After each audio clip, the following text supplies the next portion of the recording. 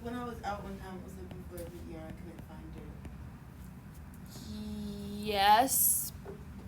Some of them are not posted, but most of them should be. Okay. If you tell me which one you're looking for, I can make sure that it's posted if it's not Okay. there for some reason. And they're on YouTube, so sometimes I don't post the links on Google Classroom, but they should be on YouTube. Find square roots and compare real numbers. So the square root of a number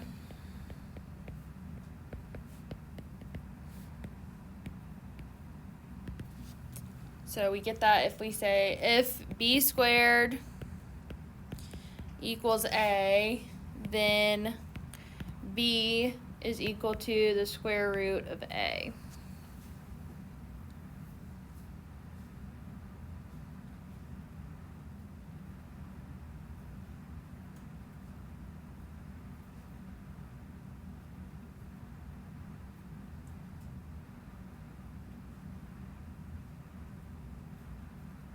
And actually, to get in the habit, I'm going to do the plus or minus, because when we're solving the answer, we always have two answers, because a negative number being squared will give you a positive number, and a positive number being squared will give you a positive number. So that's why we have both. That's why there's two answers for those.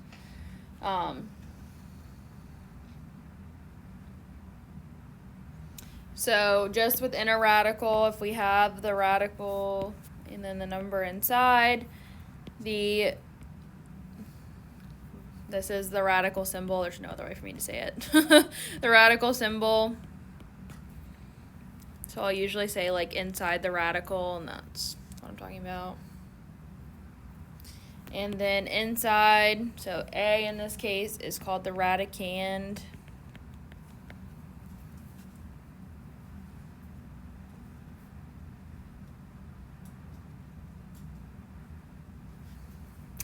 So then just a quick kind of note thing here. 0 only has one square root.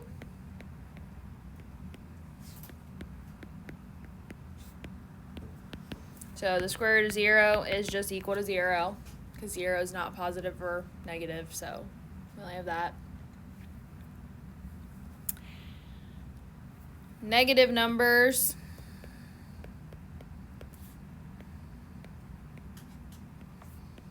Do not have any real square roots.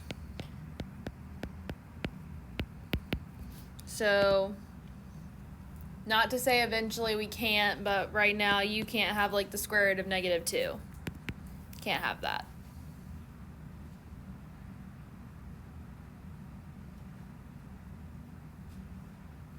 Farther along in math, you'll find out that you can have that, and it's something different. What's on the poster up here?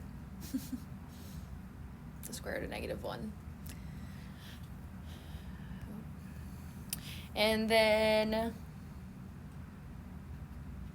well, positive numbers have 2 square roots if it's asking you to solve. So anyways, let's see. A perfect integer, or sorry, not perfect integer, perfect square is the square of an integer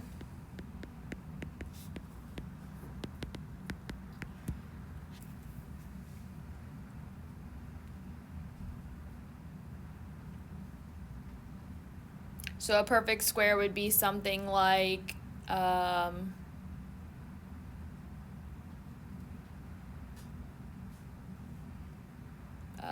let me see, like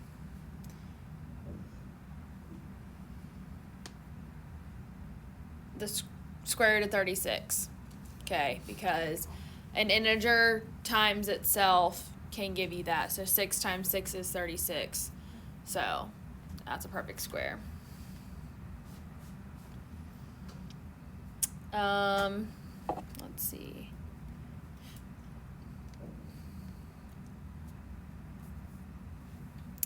An irrational number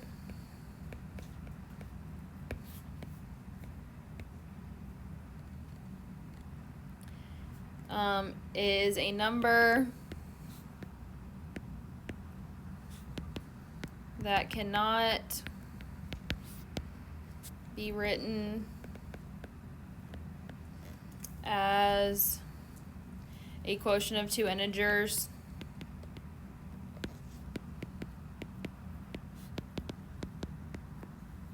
so irrational is a number that's never ending, it just keeps on going.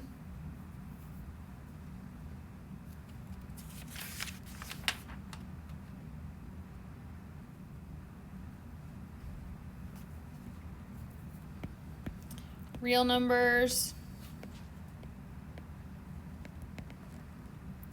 are the set of all rational and irrational numbers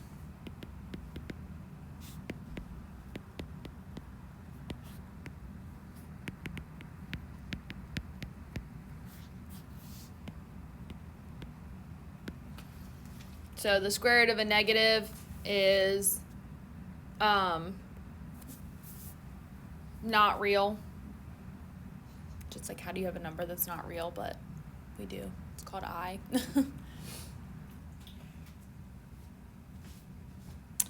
All right, so we will go ahead and jump into some examples. Now, when I said the thing about the plus and minus, that's if we say something like x squared is equal to 81.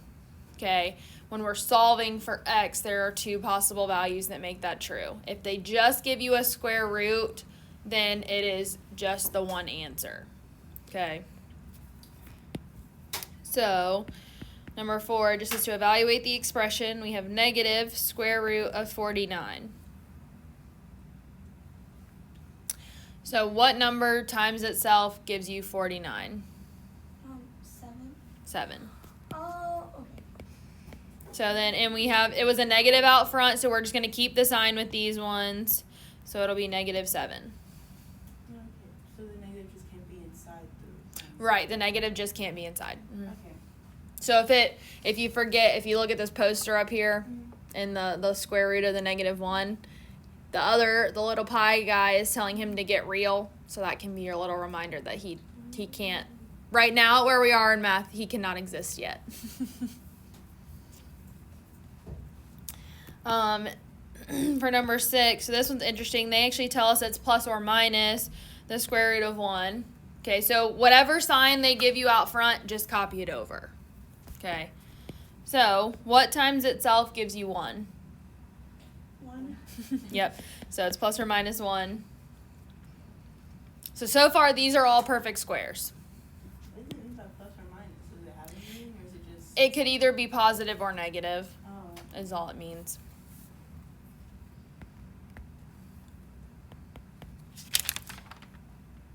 I actually don't think any of the ones that we're going to do in this section are going to be where you have to worry about it being plus or minus. You're always pretty much just going to copy it down. All right, plus or minus the square root of 121. So what times itself gives you 121?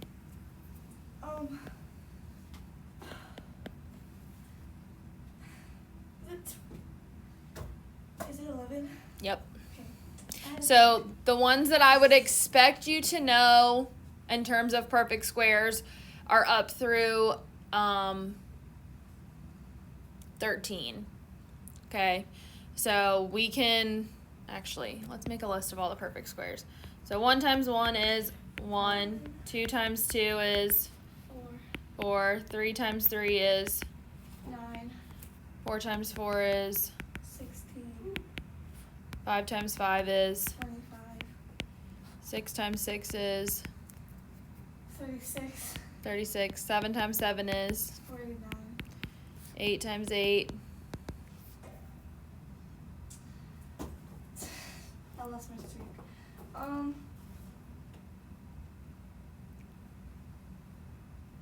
If you don't know it, it's okay, I'll give it to you. Okay. 64. 9 times 9. 108. Nope, Oh. that's 9 times 12. So I'll show you a trick with 9. With anything you're multiplying 9s by, you put down the number finger that you are multiplying by, and then you count them up. So 81. Oh my Oh, goodness. that was a trick. Me and her were talking about it the other day, and we were like, what was the trick again? Like, what is the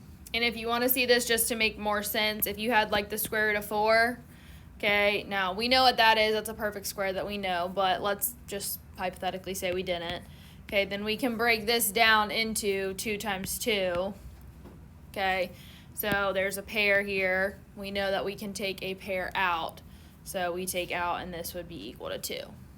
Okay, that's why we're doing it. So if you get stuck and you're like, I don't remember what I need to take out, do it with one of the smaller ones, like the square root of 4 or the square root of 9, something like that you know, and then that way it'll help you kind of compare what you're doing. I'm gonna turn this down. Warm in here. You never know if the heat's on or the AC's on for the day.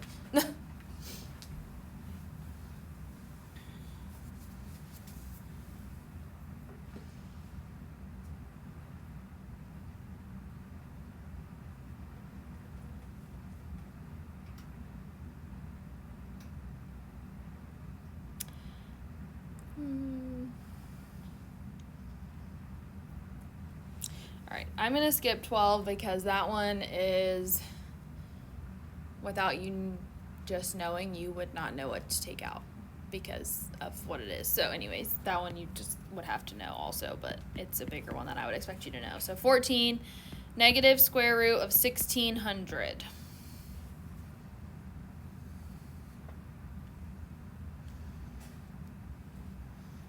Now I'm going to show you a little trick with one like this. Do you know what the square root of 16 is? What is it? 4. Okay. So when we have the zeros on the end here, just take one out. So this would be negative, not square root, 40. And if you wanted to check it, you can do 40 times 40, 0, 0, 4 times 4 is 16, and you're back. So that's just kind of an easy way. Now, we could have gone through and we could have factored everything out, done a factor tree and all that fun stuff like we did here. But that's kind of a quick trick to be able to figure that one out. So, any questions about those ones? I won't give you anything super, super crazy with this. I remember doing this last week because Miss Holly had a board of like all the, or like a little page, and it had like all the perfect squares and stuff on them. Yeah. All right, these next ones say that they want us to approximate the square root to the nearest integer. So they want us to say what it's probably equal to. So we're not having to factor anything out, we're just guessing what it's close to, okay?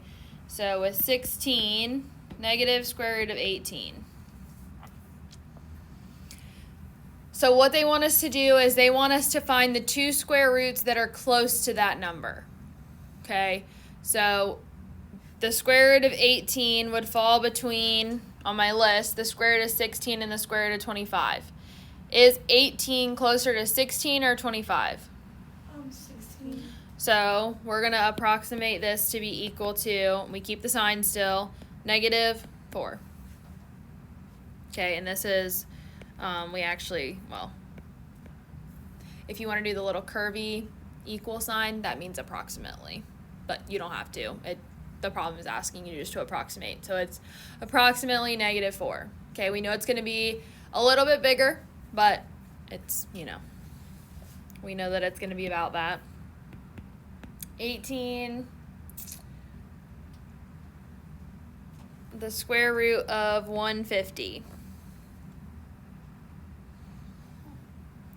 So looking at the options that you have, okay, out of the table, which one, what do you think it's closer to?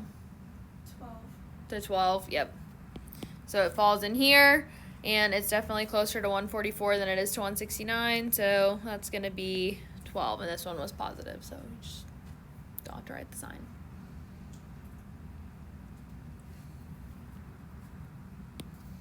Number 20, we've got the square root of 40.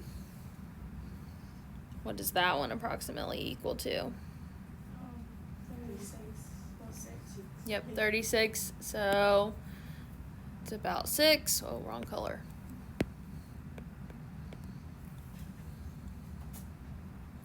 And last one, number 22, negative square root of 65. What is that one close to? 8, and it's going to be negative because there's a negative sign out front. So it's approximately negative 8.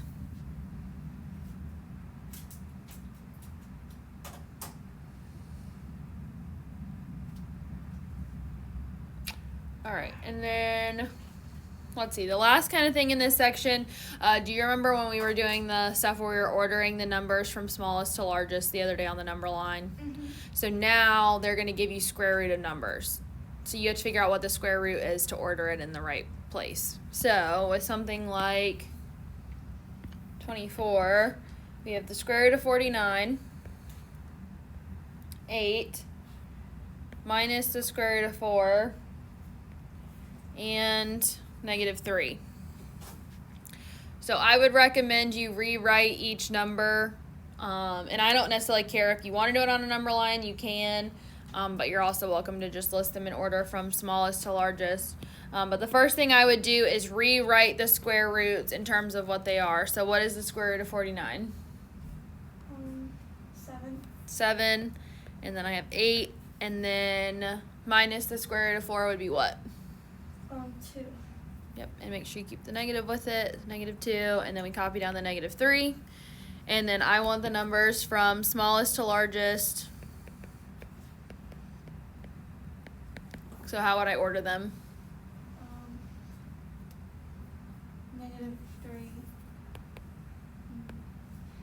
Negative 2.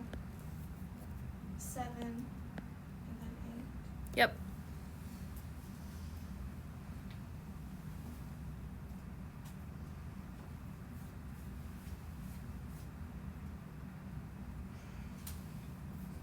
And let's do 26. 26, we have negative 11.5. We have negative square root of 121. Negative 10. We have positive 25 over 2. And the square root of 144. So I would rewrite all of the numbers, okay? Like I would even rewrite 25 over 2 as a decimal or a mixed number, depending on which one you prefer. So negative 11.5, I would just leave that one. Negative square root of 121 is equal to what? Negative 11. Negative 11. Copy down the negative 10. Do you want to do 25 over 2 as a mixed number or a decimal? Probably decimal. Okay, so what would that be as a decimal?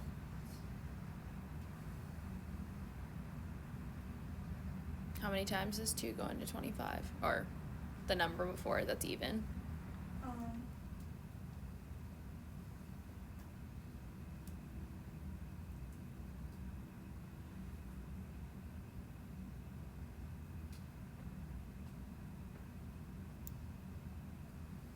12. Yep. 12, and then we'll have an extra half left over, so it'll be 12.5.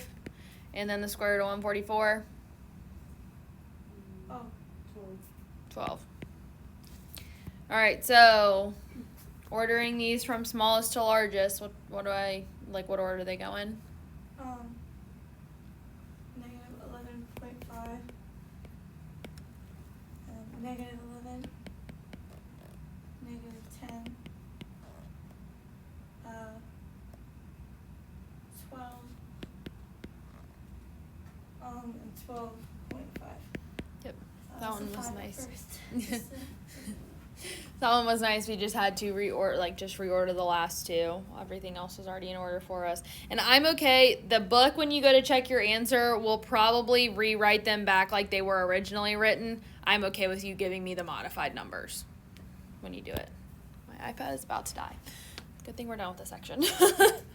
All right, so your problems are going to be...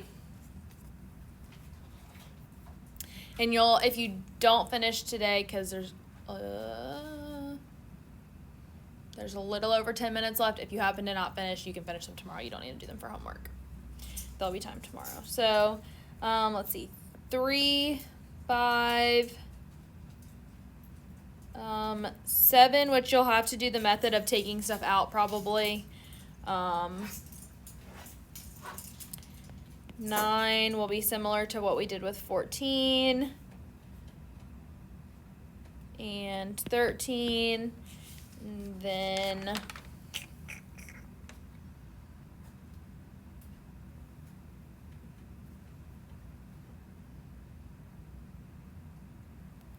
15, 17, and 19. And then for the ordering ones, 25 and 29.